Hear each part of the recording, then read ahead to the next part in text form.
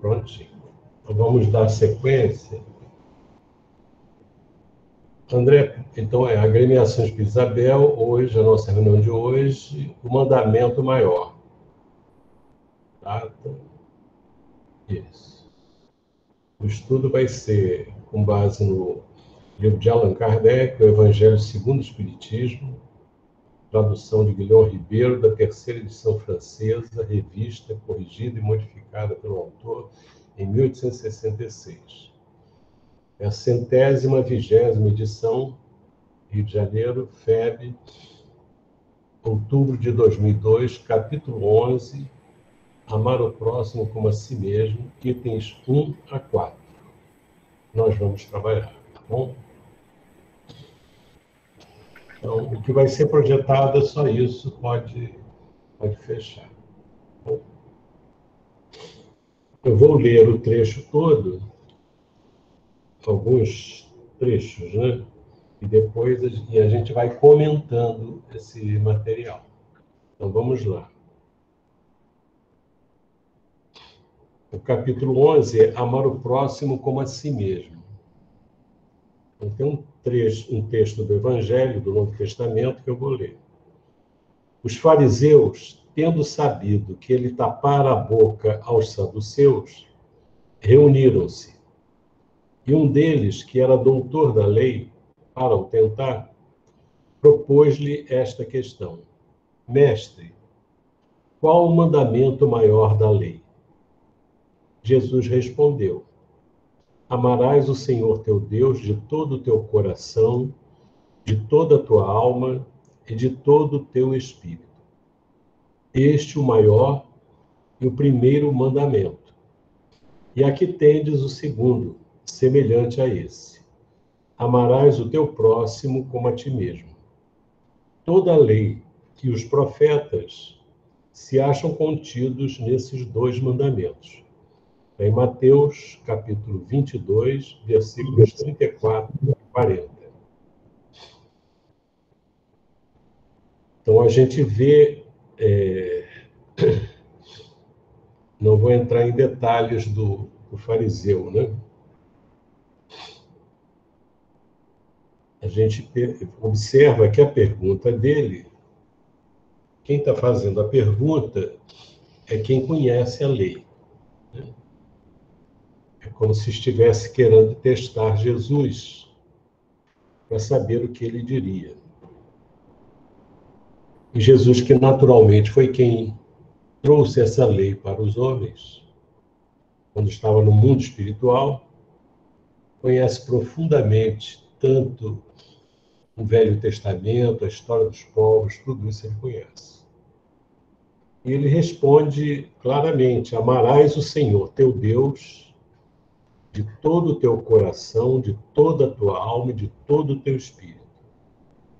Este é o maior e o primeiro mandamento. E aqui tendes o segundo, semelhante a esse: amarás o teu próximo como a ti mesmo. Toda a lei e os profetas se acham contidos nesses dois mandamentos. Então, vamos conversar um pouco sobre isso. Primeiro, esses dois mandamentos já foram revelados no Velho Testamento. Jesus não está acrescentando nenhuma novidade para os homens da época, nem para nós. Esses são os mandamentos necessários. E a gente observa, quando ele diz assim: amarás o Senhor teu Deus de todo o teu coração, a gente observa que não é um amor de palavra, não é um amor de intenção, não é um amor de conhecimento, não é um amor intelectual, é de todo o coração. Essa expressão, essa palavra coração, ela é colocada sempre representando o que há de mais profundo no ser. Nós temos a nossa mente, a inteligência, que consegue registrar, raciocinar, desenvolver ideias, compreender intelectualmente as coisas. Mas quando ele fala, amarás o Senhor teu Deus de todo o teu coração, é que toda o centro, né? A parte mais importante, o que existe de essencial no ser, esse amor esteja comandando esse coração plenamente. E é interessante que amar não é uma coisa intelectual, né? Amar é uma coisa de sentimento. Agora, é sempre bom a gente lembrar que sentimento é um negócio muito mais profundo quando se coloca a palavra amor. E a gente se pergunta, eu estava me perguntando aqui, por que que esse é o mandamento maior e por que que ele representa a síntese de toda a lei e os profetas? Veja, Deus que a identificação da lei de Deus é nessa pequena colocação, nesse pequeno ensinamento. Amarás o Senhor teu Deus de todo o teu coração, de toda a tua alma e de todo o teu espírito. Isso é uma condição fundamental para o ser. E a gente se pergunta, mas por que que Deus estabeleceu que esse é o mandamento que deve ser seguido? E a gente observa o seguinte, nós não precisaríamos, na realidade, de mais nenhum conhecimento, se nós conseguirmos viver esse ensinamento, esse mandamento.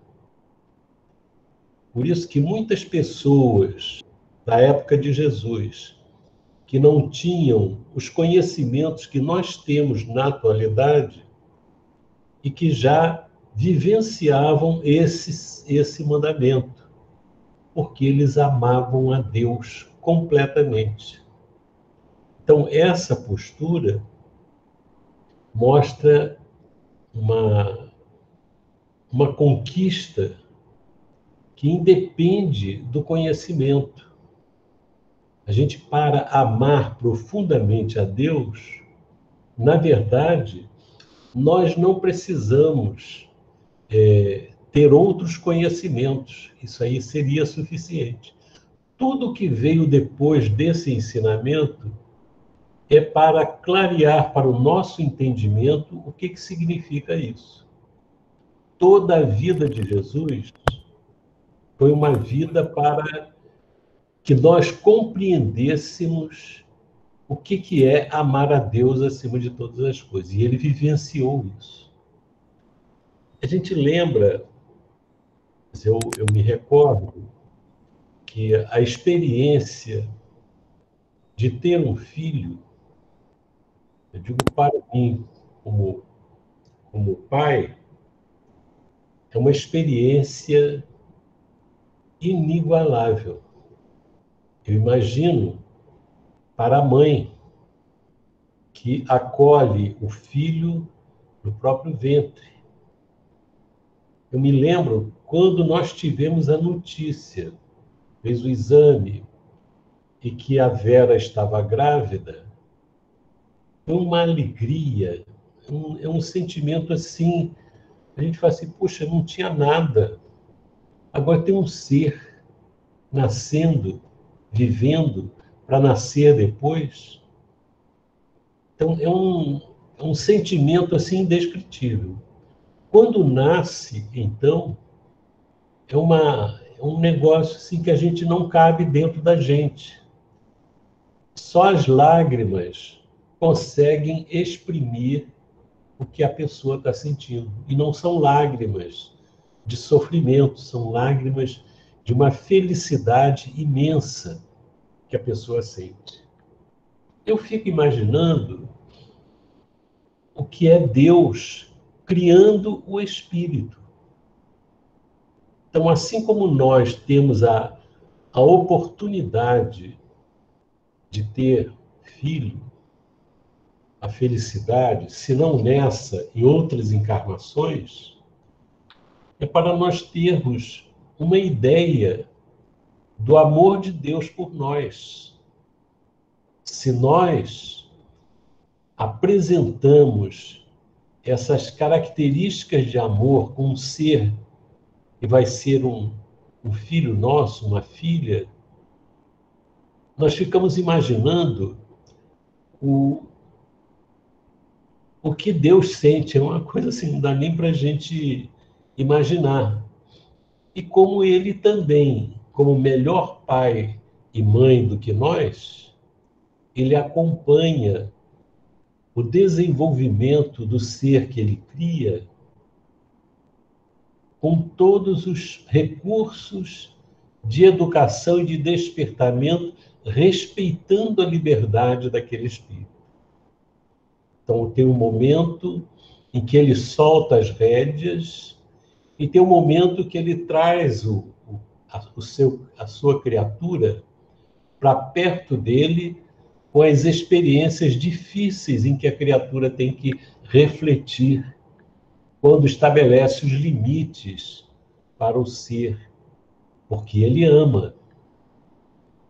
Ele ama a colocação de limites para o filho que ele criou, que ele trouxe à vida, é uma demonstração de um grande amor. Porque quem não dá limite, quem não ama, não se interessa pelo desenvolvimento do ser, apenas deixa viver. Então a mensagem que Deus nos traz, é uma mensagem de um amor profundo. Então toda a obra de Deus é feita com amor. A gente observa determinados profissionais que falam muito do amor, de uma forma interessante. Quando você vai fazer um alimento, você faça com amor. Você pode ter a receita, pode ter tudo, pode ter todos os ingredientes, mas é preciso que a pessoa, na hora que está fazendo aquilo, que ela coloque alguma coisa da sua vibração, de sentimento de amor pelo ser, pela produção que vai fazer. Então, o amor, ele está presente em tudo. Ainda há pouco, eu estava vendo a música e ela aparecia umas imagens da natureza belíssimas. Pôr do sol, no meio da água, do mar, e aquelas cores mudando. Então eu falei com Vera, tem a impressão que a natureza é uma pintura dinâmica. E quando a gente faz uma obra, um pintor faz uma obra belíssima, que coloca, e que a gente olha assim, vê a beleza daquela obra, mas aquilo é um momento, é uma coisa que está parada. Mas na natureza, é como se a pintura fosse permanentemente se revendo, se transformando. E isso é uma demonstração do amor de Deus por tudo que ele faz. Então, esse amor, ele é fundamental. Então, como ele dá amor, como ele cria com amor, esse amor é o mandamento maior para a criatura. E é necessário, é compreensível, não é que seja um dever propriamente dito, embora seja um dever, é mais do que um dever, é uma alegria a pessoa poder amar a Deus. Se ela não ama a Deus, ela não respeita a vontade de Deus. Ela não aceita as suas orientações, as suas diretrizes. A pessoa que ama a Deus, ela sabe que Deus a está amando. E se ela passa por um momento difícil, uma necessidade de resignação, ela se coloca nessa posição porque ela sabe que Deus a ama, né? Então, essa postura por esse mandamento maior é uma coisa que é uma oportunidade que Deus nos dá de respirar no clima em que Deus respira, de permitir a nós a alegria, a felicidade de participar numa parcela ínfima que seja da nossa parte desse sentimento sublime. A gente observa no mundo espiritual, nos relatos dos espíritos que trabalham com aqueles adversários de outros espíritos que estão, vamos dizer assim, contaminados pelo sentimento de ódio, de vingança, de vontade de se vingar de tudo do outro, de destruir o outro.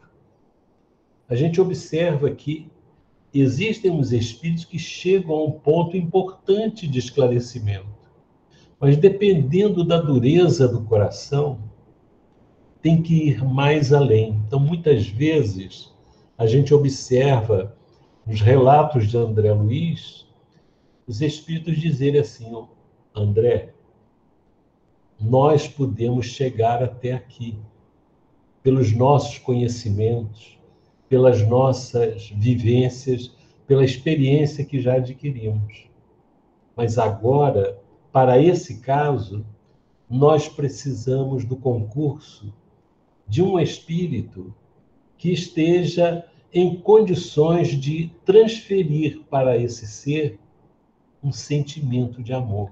Quer dizer, só pode tocar o coração, não necessariamente, não é uma coisa automática. Você amar e vai ser amado. Não é. Porque Jesus amou aquela coletividade toda e foi crucificado.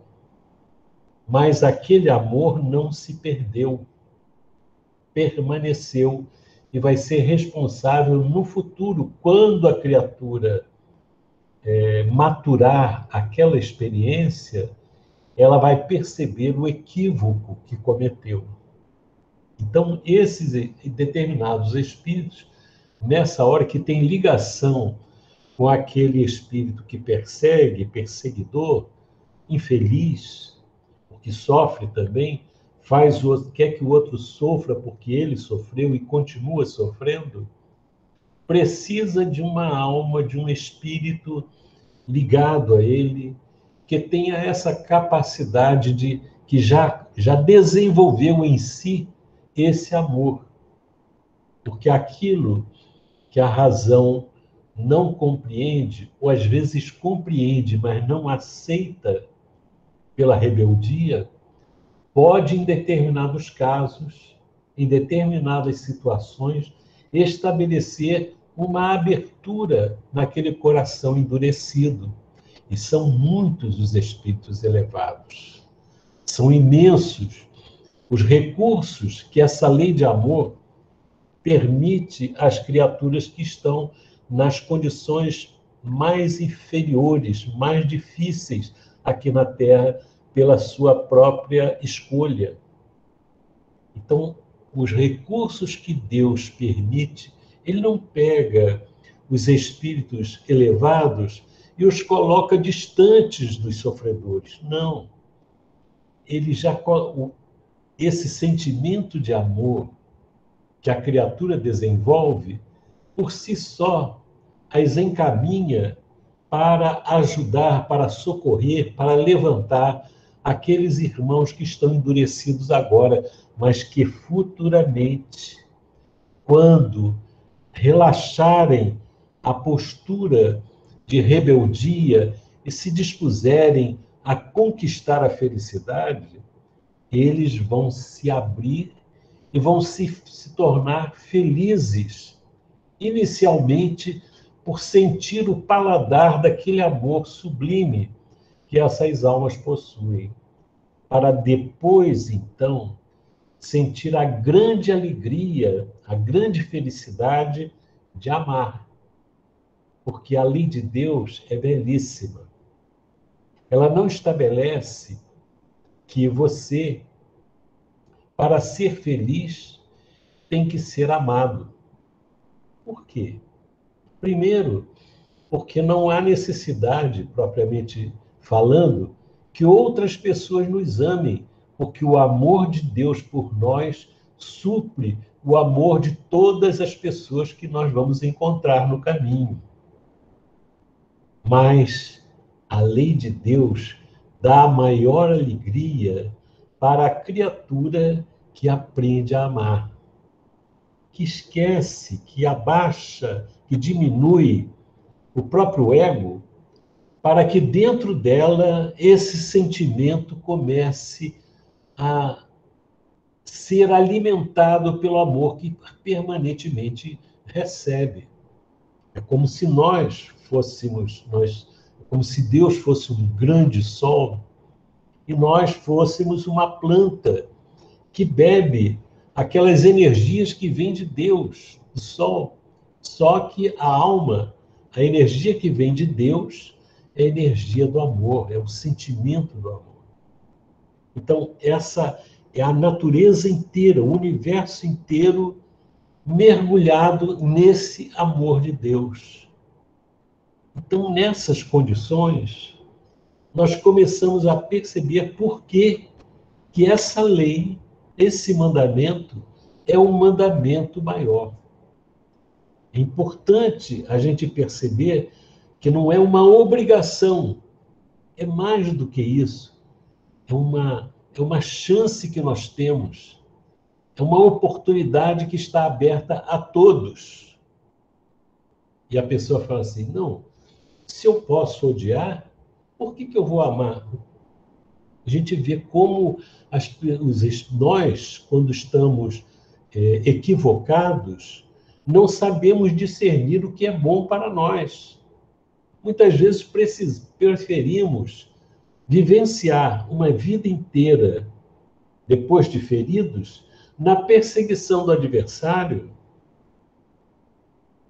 para infelicitá-lo, quando depende de nós sermos felizes, se buscarmos refletir sobre esses ensinamentos que nós estamos dando, estamos recebendo. Quer dizer, Deus, quando esse mandamento é colocado para a humanidade como o mais importante, é porque isso é bom para nós. Não é um castigo. Castigo é que nós fazemos conosco mesmos, quando preferimos perseguir, preferimos ferir, preferimos guardar a mágoa, preferimos ser egoístas, preferimos ser orgulhosos. Isso é uma punição que nós estabelecemos para nós. Porque os espíritos que já se libertaram dessas condições, desses estados de alma infelizes, esses espíritos são felizes. E caberia perguntar por que são felizes? São felizes porque optaram por amar. Não aceitaram a armadilha, não morderam a isca que as pessoas infelizes lançam no meio do caminho para que o espírito se desvie, se perca. É uma visão diferente que eles já desenvolveram. Então, Jesus coloca que o mandamento maior é amarás o Senhor teu Deus de todo o teu coração, de toda a tua alma, de todo o teu espírito. Quer dizer, nós temos que caminhar para essa condição, desenvolver essa condição, não em palavras, não em atitudes estudadas, mas em alguma coisa que vem de dentro de nós. E para que isso se faça, nós temos que mergulhar dentro de nós, ver o que tem ali dentro, o que tem dentro de mim, o que eu tenho guardado durante a minha vida dentro de mim, O que eu guardo aqui dentro do meu coração? Orgulho? Vaidade? Todos nós temos algumas sombras dessas, ou muitas sombras. Quer dizer, nós temos que descobrir o que tem ali. E furar mais, porque essa casca endurecida de mágoa, de ódio, de vingança, isso tudo, por trás, por baixo disso, tem uma luz sublime que é o amor. Então, é essa casca dura que nós temos que romper, porque nessa casca dura, nós queremos fazer o que nós queremos. E o que nós queremos, na verdade, não tem sido bom para nós. A gente faz um balanço. Eu estou com a consciência limpa, tranquila? Eu estou feliz? Eu estou em paz? Não a paz do mundo, a paz do Cristo. Aquele estado de alma em que a pessoa sente que está lutando, que está valendo a pena a existência, porque ela está caminhando para a frente. Então tem que mergulhar lá dentro. Isso não é uma questão de fazer estudos sobre isso, mas fazer estudos sobre nós mesmos. Buscar dentro de nós as coisas boas que temos. E fazendo isso, buscar encontrar no outro que vive conosco as coisas boas que ele tem. Eles têm. Então é importante a gente perceber que essa lei de amor é que há grande salvação, no sentido de iluminação. A nossa grande iluminação, o Espiritismo ele coloca a ideia de salvação não como quem vai escapar de alguma coisa, a salvação como a iluminação da alma. E a gente só ilumina a nossa alma amando. Primeiro amando a Deus. Não é primeiro de sequência, não. Mais importante, amar a Deus, porque se eu amo a Deus, eu fico doente, eu agradeço a Deus. Né? Se a situação fica difícil, eu agradeço, eu sei que aquilo ali é importante para mim. Então, essa postura não é uma postura de alguém que se acomoda com tudo que acontece. Não. Quem se acomoda é quem se rebela. Às vezes a pessoa acha que a pessoa que se rebela é que não é acomodada. Não. A pessoa que se rebela, ela é acomodada nas suas características íntimas. Ela está satisfeita com aquilo, eu sou assim e acabou. Eu sou assim, eu falo mesmo. A pessoa diz isso. Mas isso é acomodação. O que não é acomodação é a pessoa ter os impulsos e se teve um impulso, se falou, se fez, depois reflete. Puxa, aquilo não foi bom. E aí a pessoa começa num processo de depuração da própria alma, de limpeza interna.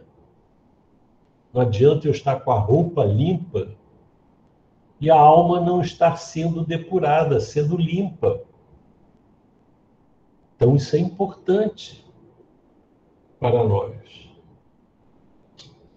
E ele diz, e aqui tendes o segundo semelhante a este: amarás o teu próximo como a ti mesmo. Ora, quem ama realmente a Deus, ama o próximo. Como é que eu amo o Senhor Deus e não amo a sua criação? Odeio o outro filho de Deus. Persigo o outro filho de Deus. E persigo dizendo que ele não cumpriu a lei, que ele não foi justo. Nós dizemos isso quando perseguimos alguém. Mas quando fazemos isso, quando perseguimos, nós também estamos infringindo a lei de Deus, que manda amar. E o amor, se o outro não se beneficia do nosso amor, do nosso entendimento, do nosso perdão, nós nos beneficiamos. Ou seja, é uma questão de inteligência amar a Deus e amar o próximo. É uma demonstração de ignorância a pessoa se revoltar contra Deus que nos ama. E às vezes nós nos revoltamos com as pessoas que são ingratas conosco. Eu fiz tanto bem para o meu filho, eu fiz tanto bem para o meu amigo, eu fiz tanto pelo outro, e olha o que eu recebi em troca. A gente fala isso. E muitas vezes, nessa hora, a pessoa está se rebelando contra Deus, porque não está compreendendo a infelicidade do outro. Então, nessas condições, nós também estamos sendo profundamente ingratos com aquele que nos ama. Quando nos suicidamos, isso é de uma ingratidão absurda, né? Nós estamos aprendendo isso agora. Muitos aprendem isso no mundo espiritual, depois de cometerem esse ato infeliz. Então, ele diz aqui que o outro mandamento, segundo, semelhante a este, amarás o teu próximo como a ti mesmo. Ora, o mandamento está trazendo para nós um padrão baseado em cada um de nós. Vamos ler mais um pouco aqui, ó. O item 2, para a gente ver isso. Fazei aos homens tudo o que queirais que eles vos façam, pois é nisto que consistem a lei e os profetas. Tratai todos os homens como quererias que eles vos tratassem.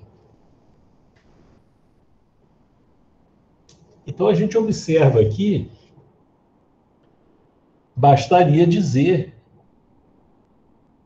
que nós deveríamos querer para os outros o que Deus quer para nós. Tratar os outros como Deus nos trata, como Deus quer que nós tratemos os outros. Mas aí parece que fica distante da criatura. Então o mandamento vem para facilitar, para ajudar a criatura a entender a lei de amor. Então diz o quê? Fazei aos homens tudo o que queirais que eles vos façam. Então ele diz assim, olha, está difícil você entender o que Deus quer? Então faz o seguinte, o que você quer que as pessoas façam com você? Eu não quero que me caluniem, eu quero que me respeitem, eu quero que me amem, né? Então faz isso para os outros, né? Faz isso. Eu não quero uma série de coisas ruins, não quero ser perseguido, então não persiga ninguém. Eu quero ser ajudado, então ajude. Eu quero ser compreendido, então compreenda. Então a lei de Deus, nesse segundo mandamento, é como que uma explicação do primeiro, para facilitar a criatura a seguir a lei de Deus. E Deus não se contenta em ficar apenas, em trazer apenas para a humanidade esses mandamentos. Ele traz pessoas para conviver conosco que vivenciam isso.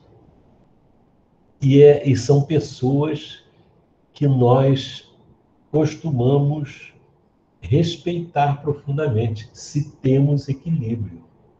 E tem gente que não respeita ninguém. Tanto é que crucificaram Jesus. Tratai todos os homens como quereríeis que eles vos tratassem. Poxa, é uma regra de conduta que facilita a criatura. Vamos ver o outro item. O reino dos céus, aí ele vai contar uma parábola, né? O reino dos céus é comparável a um rei que quis tomar contas aos seus servidores. Tendo começado a fazê-lo, apresentaram-lhe um que lhe devia 10.000 talentos. Mas como não tinha meios de os pagar, mandou seu senhor que o vendessem a ele, sua mulher, seus filhos e tudo que lhe pertencesse, para pagamento da dívida. O servidor, lançando-se-lhe aos pés, o conjurava. Se conjurava significa faz um pedido difícil da pessoa negar atender esse pedido. O conjurava dizendo: Senhor, tenha um pouco de paciência e eu te pagarei tudo. Então o Senhor, tocado de compaixão, deixou-o ir e lhe perdoou a dívida. Olha só, ele pediu que pagaria tudo depois. E o Senhor o que fez? Ficou tocado de compaixão e perdoou a sua dívida. Então, esse servidor, porém, ao sair, encontrando um de seus companheiros que lhe devia 100 dinheiros, o segurou pela goela e, quase a estrangulá-lo, dizia: paga o que me deves. O companheiro, lançando-se-lhe aos pés, o conjurava, dizendo: mesma situação. Tenha um pouco de paciência e eu te pagarei tudo. Mas o outro não quis escutá-lo. Pôs-se e o mandou prender, para tê-lo preso até pagar o que lhe devia. É a mesma situação, uma dívida bem menor e a dureza muito grande. Os outros servidores, seus companheiros, vendo o que se passava, foram extremamente aflitos. Informaram o Senhor de tudo o que acontecera. Então o Senhor, tendo mandado vir à sua presença aquele servidor, lhe disse: mau servo, eu te havia perdoado tudo o que me devias, porque me pediste. Não estavas desde então no dever de também ter piedade do teu companheiro, como eu tivera de ti? E o Senhor, tomado de cólera, o entregou aos verdugos para que o tivessem, até que ele pagasse tudo o que devia. É assim que meu Pai, que está no céu, vos tratará, se não perdoardes do fundo do coração as faltas que vossos irmãos houverem cometido contra cada um de vós. Pois bem, então nós estamos vendo aqui uma situação que não é uma situação fantasiosa. Isso ocorre muito, porque quando a gente observa a ação dos espíritos que se dispõem a perseguir aqueles que o feriram, é a mesma situação. A gente lembra do caso da mulher adúltera. Quando os homens a trazem para julgamento, ao mesmo tempo que eles queriam testar Jesus, e diziam que a lei mandava apedrejar a mulher até o fim. Mentira. A lei mandava apedrejar a mulher e o homem. Mas Jesus nem entrou nessa cogitação. Aí Jesus virou para eles e falou assim: então atire a primeira pedra quem estiver sem pecado. Ou seja, todo mundo foi embora. Não ficou um.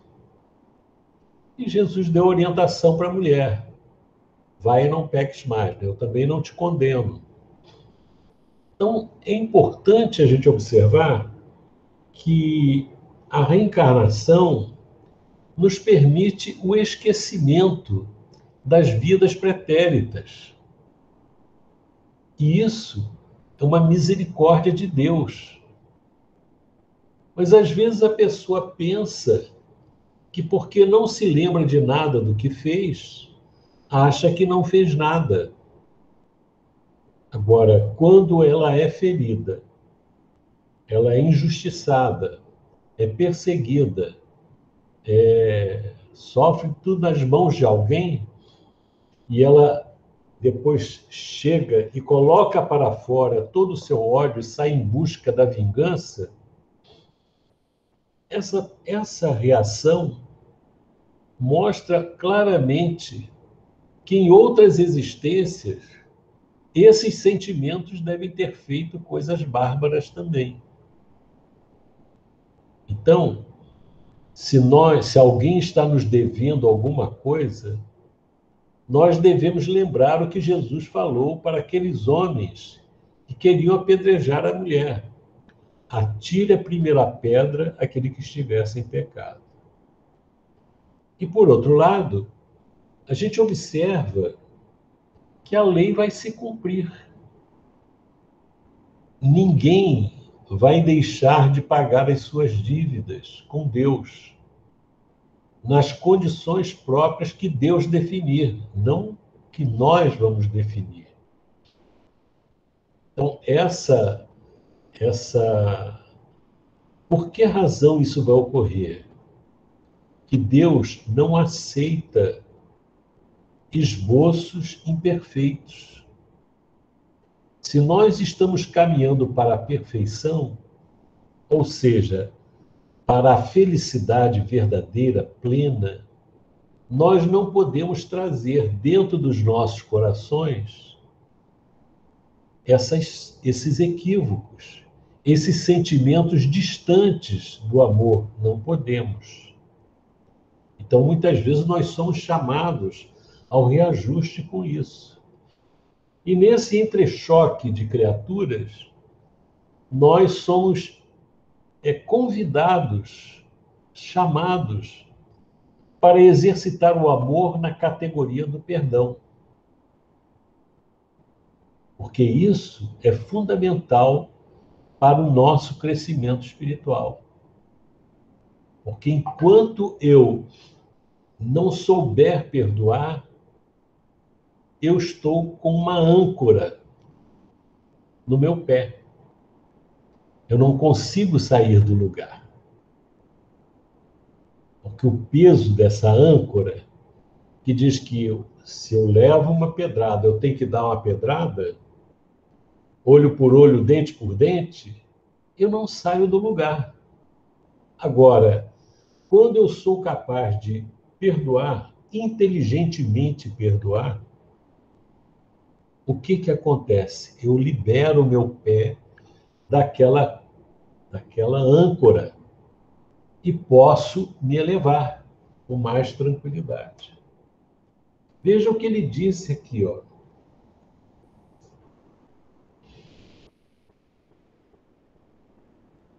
É assim que meu Pai que está no céu vos tratará, se não perdoardes do fundo do coração. Olha o coração de novo aí, do fundo do coração. Lá, não só no coração, mas no fundo do coração, lá dentro, na profundidade, as falhas que vossos irmãos houverem cometido contra cada um de vós. Então, se cometeu uma falta contra a gente, o que a gente tem que ter em mente? Eu tenho que perdoar do fundo do coração. Isso é um caminho. Não é uma decisão simplesmente intelectual. É uma decisão intelectual, sim, para iniciar esse caminho, mas o objetivo é que esse perdão seja do fundo do coração. Vamos lembrar do caso do Sigismundo. Sigismundo, na vida anterior, se apaixonou pela esposa como não lembro mais o nome dele. O resultado disso é que eles entraram no duelo, Sigismundo matou o marido dela e ficou com a esposa dele, que depois foi abandonada e caiu na prostituição. Muito bem. O tempo passou, sofreram muito.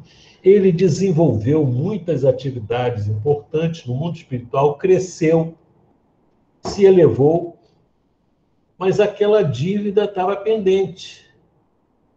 E o que a providência divina fez? Reuniu os três para que eles se perdoassem. Um perdoaria o outro que o matou e eles procurariam se ajeitar, iriam renascer. O casal voltaria como casal novamente e o Sigismundo viria como filho. E seria, lá numa idade oportuna, desencarnaria com um problema cardíaco, porque tinha assassinado o outro com um tiro no coração. Veja só. Então, o pai, a vítima do passado, perdoou o Sigismundo. A esposa também perdoou. Os dois reencarnaram, formaram um lar, tinham um filhinho, e ia nascer um outro filho. Na hora de nascer, de nascer não, de reencarnar, o pai, que foi a vítima no passado, começou a se afastar dele. Não queria, sentia medo dele. E o Sigismundo começou a ficar triste com aquilo e dizendo, ele não me perdoou. Olha só que interessante. Mas no mundo espiritual, quando os três estavam no mundo espiritual, o que foi vítima perdoou. Quando reencarnou, ficou evidente que o perdão não tinha ocorrido plenamente. Ou seja, não foi um perdão do fundo do coração. Foi uma intenção, foi uma postura racional e boa. Mas ele só se efetivaria quando ele o aceitasse como filho. E foi o que os espíritos contribuíram para que isso ocorresse. E ao longo da vida, como pai e filho, o perdão iria se realizar se eles aproveitassem aquela experiência para estreitar os laços. Importante isso. Então a gente observa que às vezes dentro do nosso lar nós podemos ter aquelas pessoas que precisam nos perdoar e que nós precisamos perdoar.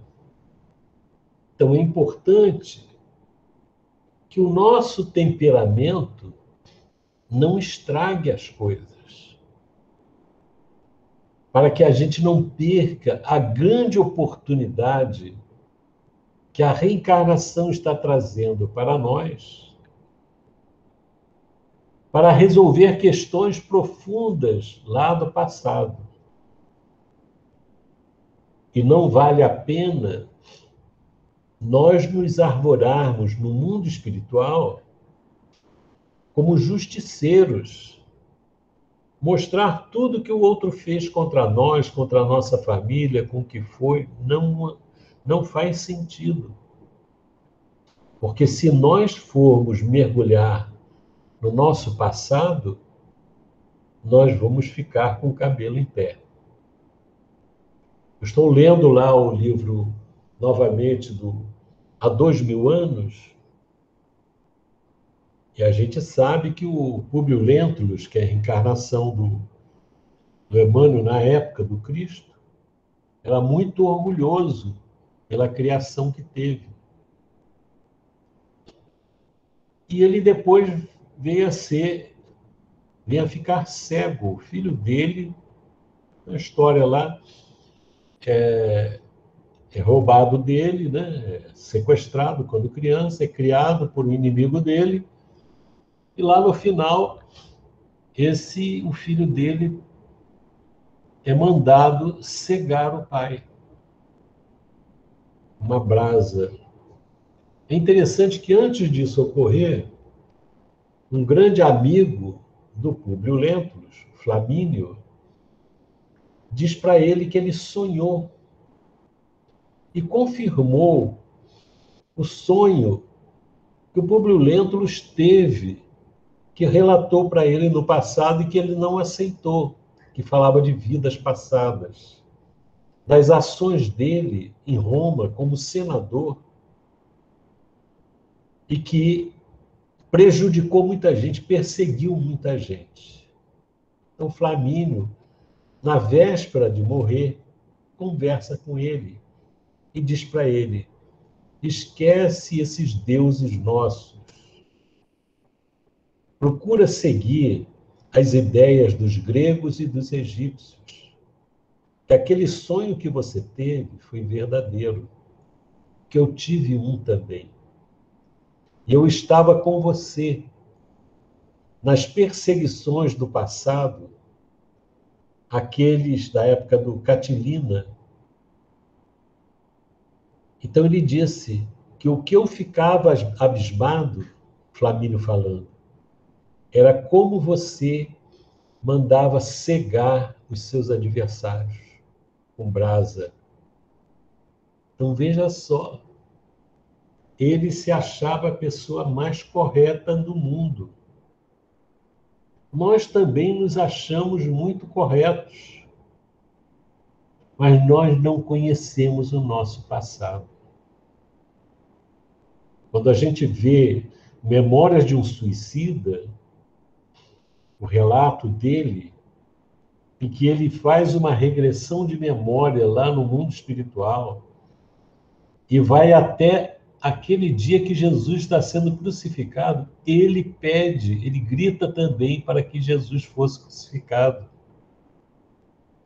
E agora, naquele período que ele estava lá no hospital, o hospital que era dirigido, que era amparado por Maria de Nazaré, a mãe de Jesus. Isso é o amor. Os espíritos grandiosos, eles não estacionam no ódio. Eles não estacionam no processo de perseguição dos outros adversários. Eles partem para o alto, absorver o grande amor de Deus e voltam para as esferas inferiores para levantar as criaturas, para socorrê-las, para resgatá-las delas mesmas. Então, o importante que o nosso perdão não seja um perdão de boca, não seja um perdão de aparência, seja um perdão profundo. E a gente sabe que às vezes a gente quer perdoar, mas de repente aquele sentimento inferior surge, porque ainda está no coração. Então, nessa hora, a gente tem que pedir a Deus amparo para que esse sentimento não permaneça em nós, que nós consigamos retirá-lo. Isso é fundamental para o nosso desprendimento, para a nossa alma se desprender dos laços da matéria. Vamos ver o item 4. Tem importância. Né? Amar o próximo... Você me perdoa, né? Vocês me perdoam, né? Do fundo do coração. O Vera disse que já são 9 horas. Mas vamos lá, falta só um item. O item 4. Amar o próximo como a si mesmo. Fazer pelos outros o que quereríamos que os outros fizessem por nós. É a expressão mais completa da caridade, porque resume todos os deveres do homem para com o próximo. Olha só que legal. Se a gente conseguir fazer isso, a gente já avançou muito. Mas vamos ver o que tem mais aqui.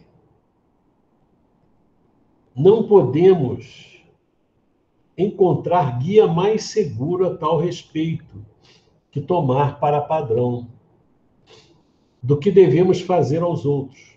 Aquilo que... Deixa eu ler de novo. Não podemos encontrar guia mais seguro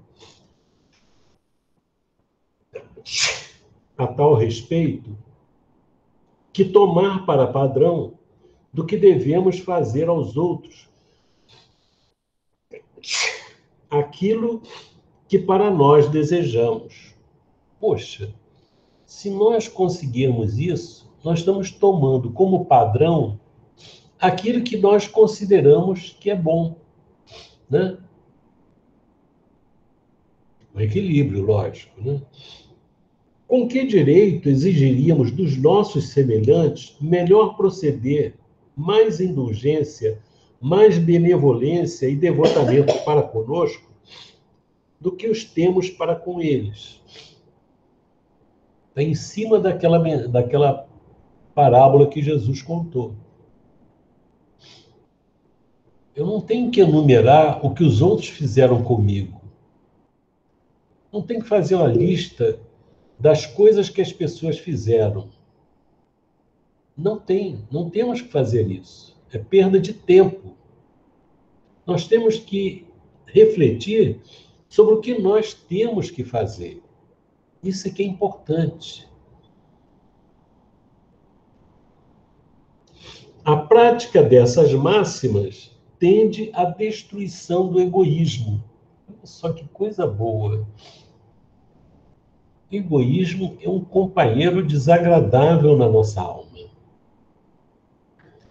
E a gente começa a exercitar isso em coisas pequenas. Coisas pequenas. Eu lembro de uma história, até uma brincadeira, né? 2 amigos estavam no restaurante e a refeição tinha 2 bifes. Um bife grande, um bife pequeno. Aí um deles pegou o grande. O outro, poxa, você pegou o grande, deixou o pequeno para mim. Aí falou assim, ué, e se você ia pegar o pequeno? Ia, então tá tudo certo. Você fica com o pequeno, eu já peguei o grande. Então, na verdade, os dois eram egoístas. Um foi rapidinho, pegou o grande, o outro reclamou porque o outro pegou o grande. Então, essas coisas, às vezes a gente até fica com vontade exercita, dá para o outro, né?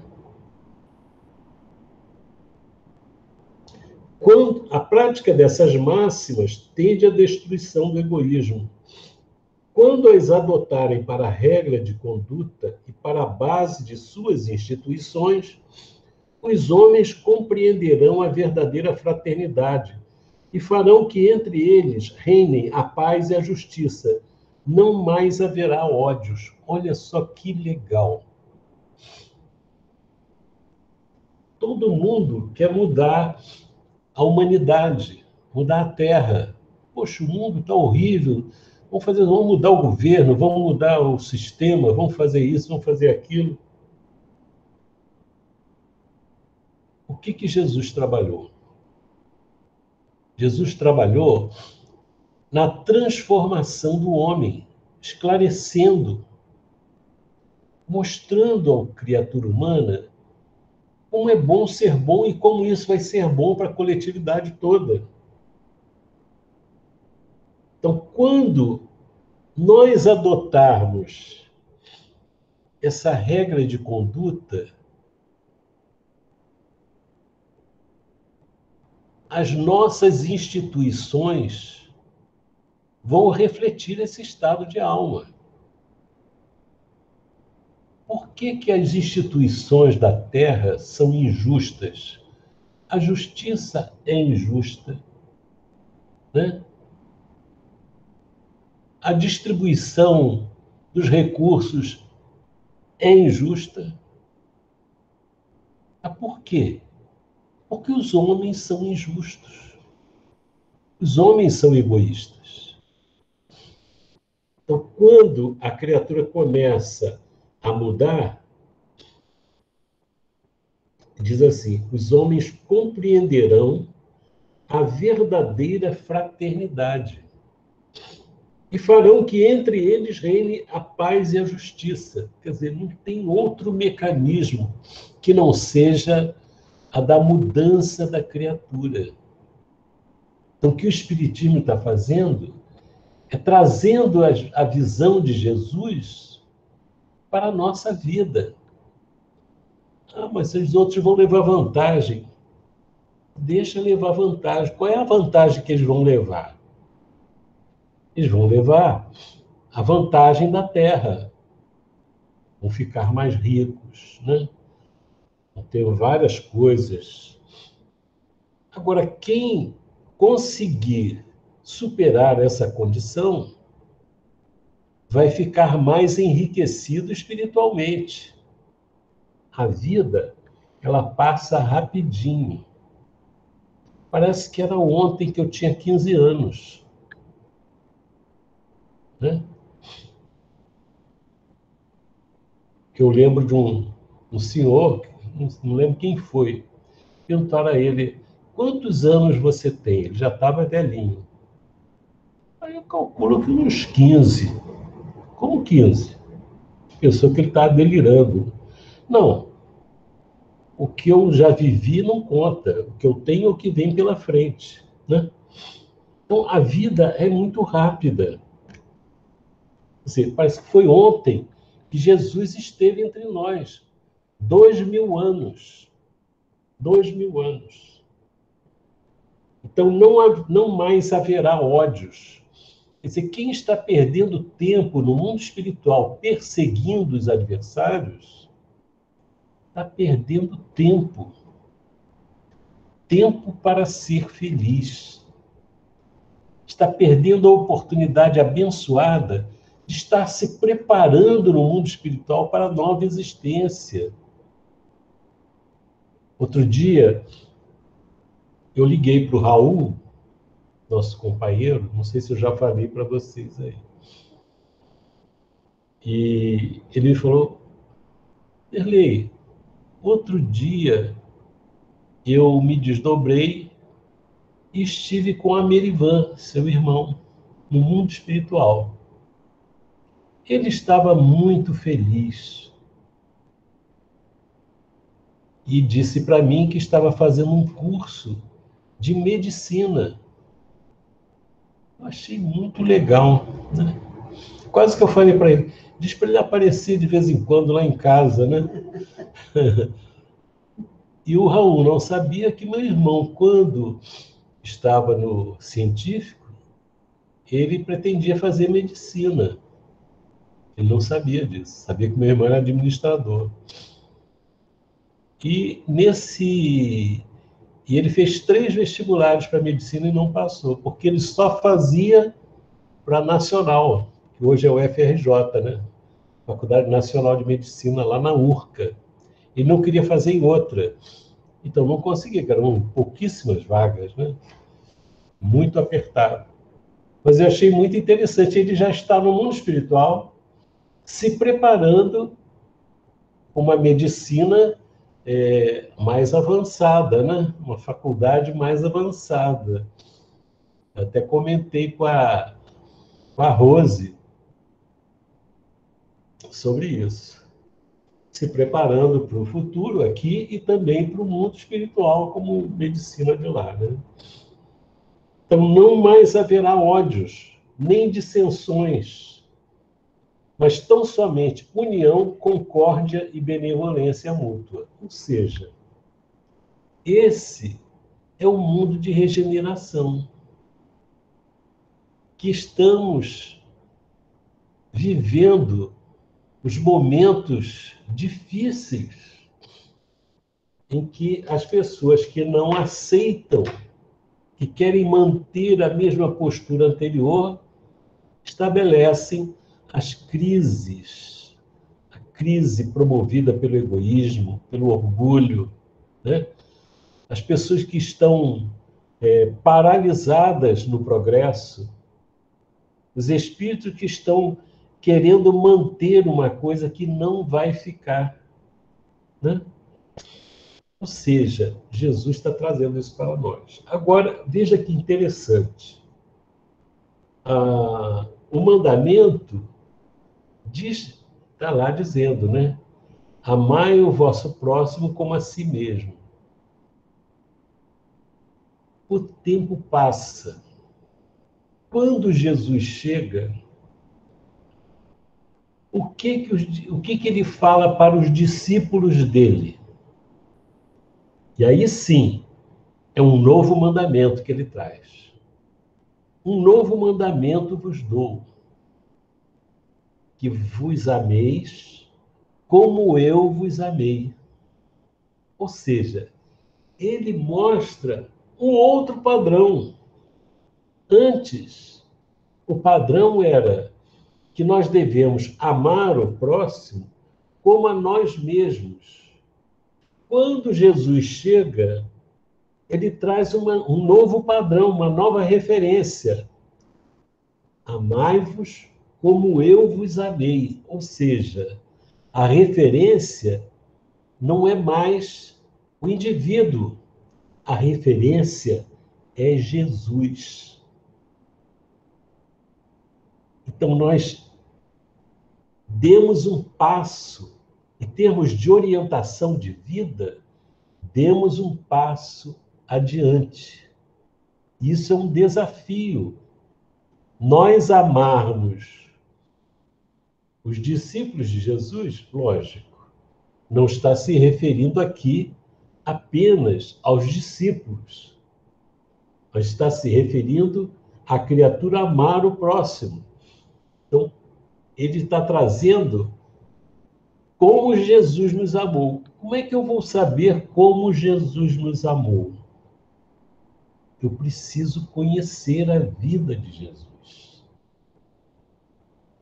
Nós estudamos muitas mensagens importantíssimas que estão aqui no Evangelho segundo o Espiritismo, no Livro dos Espíritos, tudo mais. A doutrina espírita é de uma riqueza impressionante, que nos sensibiliza, nos toca, nos torna ávidos de amar.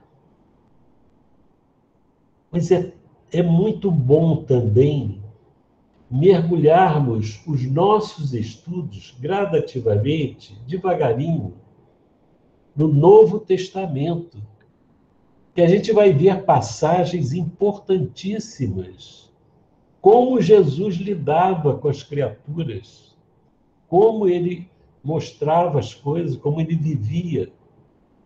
E nos enriquecemos com essas orientações que Kardec compilou para nós. Então, nós estamos numa hora riquíssima, porque temos elementos muito importantes de esclarecimento, porque o nosso coração ele não vai amadurecer sem uma ação qualquer. Ele vai precisar ser tocado. No nosso caso, nós temos a possibilidade de, com a inteligência, com o conhecimento dessas obras, fazermos com que o nosso coração seja tocado, mexer nele. Se sai alguma coisa ruim, eu falei, opa, isso aí não está bom. Tenho que tirar essa ideia do meu caminho. Se sai um pensamento assim, a gente começa, eu vejo a pessoa, eu tenho antipatia pela pessoa. Eu tenho que começar a orar por ela. E orar por ela significa orar por mim, para que eu não alimente esse sentimento inferior. Então, é uma lição belíssima que Deus nos traz.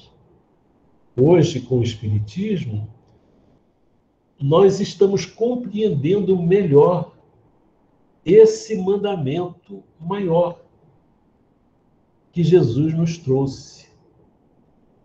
E é de uma felicidade nós sentimos que nós podemos melhorar,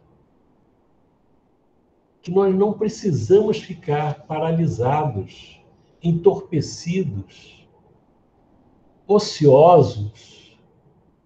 Nós temos que mexer a nossa alma, tirar a poeira da alma, sacudir a alma e fazer com que ela justifique a sua condição de filho de Deus. Nós somos filhos de Deus. Os filhos de Deus têm como exemplo Jesus, que é o nosso guia, que é o nosso modelo. E Jesus é a maior expressão de amor que existiu aqui na Terra. E nós estamos tendo a oportunidade de conhecer Jesus, que ele viveu, que ele ensinou, e o que nós precisamos viver. Tá bom, meus amigos? É um mandamento maior.